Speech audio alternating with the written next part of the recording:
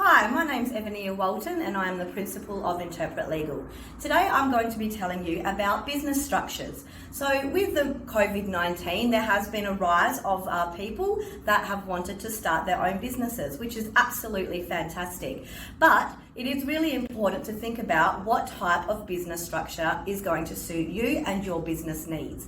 So there are four types of business structures. There's sole trader, partnerships, companies, and trusts. So let's just talk a little bit about each one. So a sole trader is basically you, yourself, and an ABN. You can have employees, but basically with a sole trader, the buck stops with you. If you become exposed to legal risk, it is you yourself that can be sued, okay? So that if you get sued and something happens and you can't pay it, then the debtor can take action against you and make you bankrupt. So that's sole trader in a nutshell. We can talk a little bit more about the pros of being a sole trader in another video. The next one that I wanted to talk to you about is a partnership. So partnerships are common in law firms, accounting firms, and other firms such as engineering. So what that means is that there are people like me as a principal that will get together and talk about starting a business as a partnership. Now that doesn't mean that they incorporate a company. It means that they're operating as partners individually within that partnership.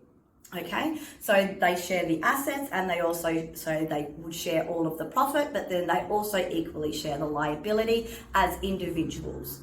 The third one is company structures, which is the most common type of structure for small business. The company structure is really good because it creates its own separate legal entity.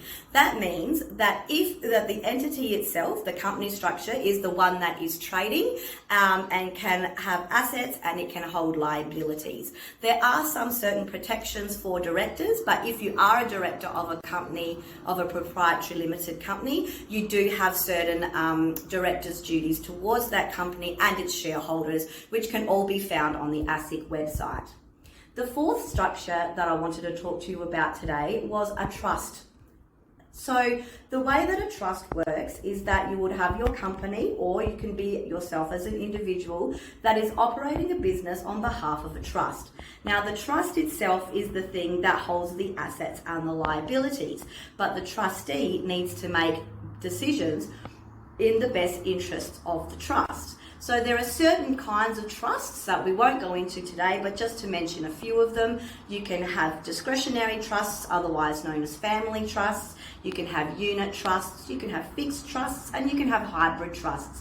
But we can go into those in more detail in another video. So that's just what I wanted to talk to you about today, was thinking about the different types of structures that would suit you and your business venture and the goals that you wanted to achieve. If you have certain other people that you want to bring into the business, such as partners or directors, you may consider partnership or a company structure to be more favourable than a sole trader or a trust, for example. However, if you're doing something like a property development, you may wish to consider, a joint venture with a unit trust. Again, it gets a little bit more complicated, but that's something that our team here at Interpret Legal can definitely help you with. There are other considerations as well, so not just the business structures, but think about what IP you've got. Do you need to register a trademark? Do you want to open your company up for investment?